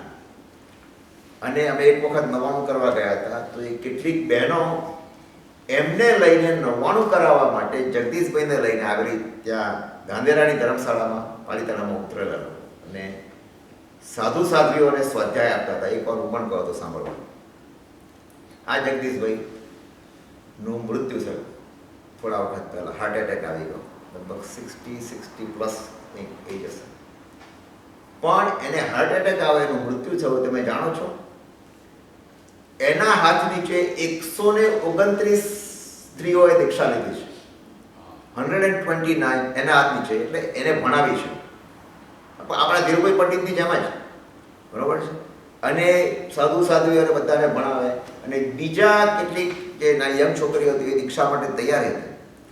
આ બધાએ ભેગા થઈ નક્કી કર્યું કે એમનો અગ્નિ સંસ્કાર તમે આમ બધું નનામી બાંધીને નથી કરો, પાલખીમાં કરવો છે. પાલખીમાં બેસાડ્યા, સુરતમાં બધે ફેરવ્યા, અને જુઓ તો કેટલા લોકો સંઘના બધા સાધુ સાધ્વી શ્રાવક શ્રાવિક બધા ભેગા થઈ ગયા, ગુલાલ બધું ઉડાડ્યું કર્યું, અને એ રીતેનો અગ્નિ સંસ્કાર. આ બહુશ્રુત ભક્તિની વાત કરું. આ બહુશ્રુત, આનું નામ બહુશ્રુત કહેવાય. આ જ્ઞાની, કારણ કે એમની પાસે પણ તમે જે સવાલ લઈ એનો જવાબ હોય. બહુ જ ઊંડા આગમોના અભ્યાસી હતા એમ કહી દો ચાલે. 129 દીક્ષા લેવા તૈયાર થાય એટલે કેટલું જ્ઞાન હશે વિચાર કરો. અને હું મળેલો, બહુ જ્ઞાની હતા. પ્રવચન ભક્તિ, આ પ્રવચનમાં પણ આવી જાય, કારણ કે આગમો ભણવાને ભણાવવા. પ્રવચન એટલે આ પ્રવચન કહેવાય. પછી આવશ્યક અપરિહાણી. આવશ્યક અપરિહાણી એટલે આવશ્યક કેટલા થયા? 6. તો 6 આવશ્યકોને બરાબર પકડી રાખે, બરાબર પાળે, 6 આવશ્યક, દરરોજ એનું પાલન કરે, અનિશુદ્ધ વિશુદ્ધ રીતે, એટલે અપરિહાણી કીધું. પરિહાણી એટલે હાનિ, હાનિ એટલે આવશ્યકોમાં હાનિ પહોંચવી ન જોઈએ. અપરિહાણી એટલે હાનિ જરા પણ પહોંચે નહીં. ખ્યાલ આવ્યો શું કહું છું? હાનિ જરા પણ પહોંચે નહીં. એટલે એમ છે કે 6 આવશ્યકમાંથી ચાલો આજે પ્રતિક્રમણ નથી થયો તો કઈ વાંધો નહીં, એક ઓછું, શું ફરક પડે, 5 તો કરે ને. તીર્થંકર નામકર્મ જો તમારે બાંધવું હોય તો 6 આવશ્યક કરવા જોઈએ. 6 એને જરા પણ હાનિ પહોંચવી ન જોઈએ. અને વિધિસર અણિશુદ્ધ, યાદ છે ને સાહેબ? 6 આવશ્યક: સામાયિક, 24 સત્વો, વંદન, પ્રતિક્રમણ, કૌશલ અને પચકામ. તમે કહો કે વંદન ક્યાં કરીએ? અમે તે ઓછું કરીએ, પણ વંદન પણ ઘણા લોકો સાધુ ભગવંતના આચાર્યના ફોટા રાખે છે અને ત્યાં પણ અબુઠ્ઠીઓ કે ખમાસણા લે છે, એ પણ કરે. જો 6 આવશ્યક કરવા હોય તો 24 સત્વો એટલે લોગસ. એનીવે, 15મું છે મોક્ષ માર્ગ પ્રભાવના. એની પ્રભાવના કેવી હોય? મોક્ષ માર્ગે જ તારે જવાનું છે, બીજી લમણાજીમાં પડ જ નહીં. તું એકને જ પકડી રાખ, એક ગ્રંથ પકડી રાખ. કેટલાક તમે જુઓ, કેટલાક આચાર્ય ભગવાન કહે છે ને તારે બધા ગ્રંથો વાંચવાની જરૂર નથી. એક આ તત્વાર્થ સૂત્રને પકડી રાખ અને એને બરાબર પચાવી જો, મોક્ષની નજીક પહોંચી જઈશ. બધું જ છે અંદર. આગમ શાસ્ત્ર કહે છે એટલે મોક્ષ શાસ્ત્ર, આગમ શાસ્ત્ર બધા અલગ અલગ ના. એ અહીંયા આગળ મોક્ષ માર્ગ પ્રભાવના. પ્રવચન વાત્સલ્ય 16મું છે. એટલે જીનેશ્વરની વાણી ઉપર એને અદ્ભુત પ્રેમ હોય, અદ્ભુત અનંત પ્રેમ હોય અને બધાને સાથે મળીને અભ્યાસ કરાવે. આ પ્રવચન વાત્સલ્ય થયું. આવી રીતે આ આશ્રમના સેવનોથી વિશ્વના સર્વ જીવો પ્રત્યે કરુણા જાગે તો એ તીર્થંકર નામકર્મ નિકાચિત બંધ થાય છે. પણ નિકાચિત માટે પ્રીરેક્વિઝિટ શું છે? પહેલા તીર્થંકર નામકર્મનો સામાન્ય બંધ કરવો. આપણે કર્યો હશે પણ આપણું પાછું ક્યાંક દરવાજો ખુલી ગયો અને પાછું નીકળી ગયું, એવું બને. એટલે આપણે આ બહુ સંભાળવાનું છે. 24મું સૂત્ર છે. હવે 2 સૂત્ર, 3 જ રહ્યા છે. 24મું સૂત્ર છે. હા, સોરી.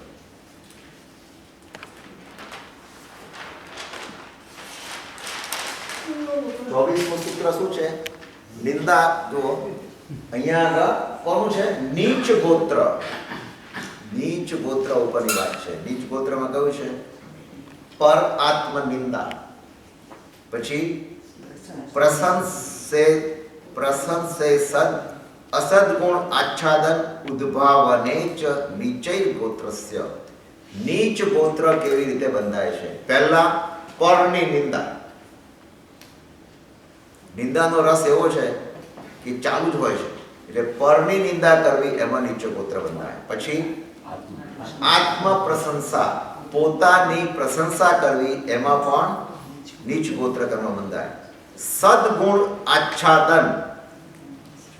સદગુણ આચ્છાદન એટલે તમે બીજાના ગુણને ઢાંકી દો, બીજાના ગુણને વાત જ નહીં કરો, કારણ કે એ વાત કરીશું તો આ આગળ વધી ગયો કહેવાય. આપણે એના ગુણને એની અનુમોદના થાય જ નહીં. આવું જ્યારે આપણે વિચારીએ ત્યારે તરત નીચ ગોત્ર કર્મ બંધાવી દે. કર્મ પ્રકૃતિ. અસદ ગુણોદ્ભાવન, પોતાનામાં ગુણો ન હોય છતાં પણ બહાર જણાવે કે મારી પાસે આટલું છે, મેં આમ કર્યું, મેં તેમ કર્યું, એ અસદ ગુણોદ્ભાવન. તદ એ શું થયું? 24મું સૂત્ર નીચ ગોત્રના આશ્રવો છે. તો એનાથી ઉલટું 25મું સૂત્ર શું કહે છે? તદ વિપર્યય નીચૈ વૃત્તિ અનુત્સેકૌ ચ ઉત્તરસ્ય. ઉત્તરસ્ય એટલે ઉપરનું, એટલે કયું થયું? ઉચ્ચ ગોત્ર. તદ વિપર્ય, એનાથી વિપરીત. એનાથી વિપરીત એટલે પહેલા પર નિંદા હતી, હવે એ કે હું, તમે કહો છો કે મને આમ છે તેમ છે, પણ મારામાં ઘણા દુર્ગુણો છે. એ સ્વનિંદા, પોતાની નિંદા કરે છે, આ ખોટું. પછી સદગુણ આચ્છાદન, પોતાના ગુણોને ઢાંકે, બહાર ના પાડે. મને તો આટલું આવડે છે, એટલું આવડે છે, એટલું આવડે છે, કશું નહીં, બહાર પોતે કહી ના દે. એ સદગુણ આચ્છાદન. અસદ ગુણોદ્ભાવન, પોતાનામાં રહેલા દુર્ગુણોને પ્રગટ કરવા. આ અઘરું છે. પોતાનામાં રહેલા દુર્ગુણો પ્રગટ કરવા એ ઘણું કપરું છે. પણ કેટલાક માણસો છે, કેટલાક સાધુ ભગવાન તો કહી દે ભાઈ મારામાં આટલા દુર્ગુણો હતા. ગાંધીજી તમે જુઓ તો સત્યના પ્રયોગો વખતે કેટલું કહ્યું કે મેં ચોરી પણ કરી છે, સિગરેટ પણ પીધી છે, મૈથુન અબ્રહ્મ પણ સેવ્યું છે. આ બધું કહ્યું હતું ને. કેટલી હિંમત જોઈએ આની અંદર. નમ્ર સ્વભાવ પણ બહુ. નમ્ર સ્વભાવ કયા સૂત્રથી આવે છે? નિશ્ચય વૃત્તિ. અને અનુત્સેક એટલે અનુત્સેકૌ ઉત્તરસ્ય, અભિમાન ન કરવું, નિરાભિમાની હોય. મને કોઈ અહંકાર નથી એ કહેવાની પણ જરૂર નથી. આપણો નિરાભિમાનીપણું તો આપણા વર્તનમાં જ દેખાય. એ નિરાભિમાનીપણું આ બધા ગુણોથી શું થાય છે? ઉચ્ચ ગોત્ર કર્મ બંધાય છે. તમે જોયું આની અંદર કે દરેક આપણી ક્રિયામાં કર્મ પ્રકૃતિ આપણને કંઈક ને કંઈક ફળ તો આપે જ છે.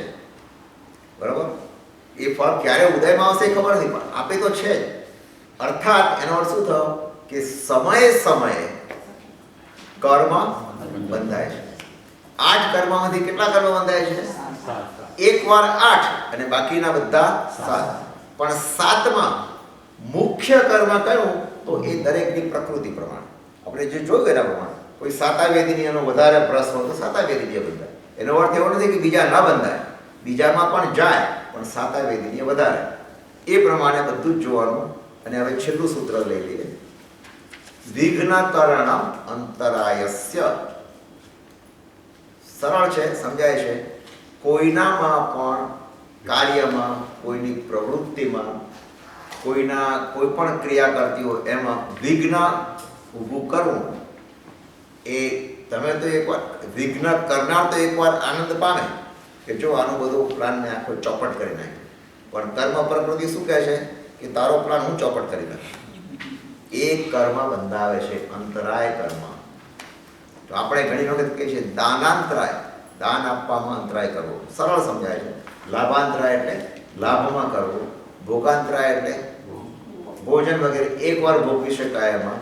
ઉપભોગાંતરાય એટલે વસ્તુઓ બધી વારંવાર ભોગવી શકાય. અને વીર્યાંતરાય એટલે કોઈના તપ વગેરેમાં અંતરાય કરવો. અને સદપ્રવૃત્તિ ના કરવી શક્તિ હોવા છતાં આ બધા અંતરાય કર્મના આશ્રયો છે. તો હવે કોઈને કંઈ પ્રશ્ન છે? હવે તમારે સૂત્ર કેટલા મોડે મૂકવાના છે?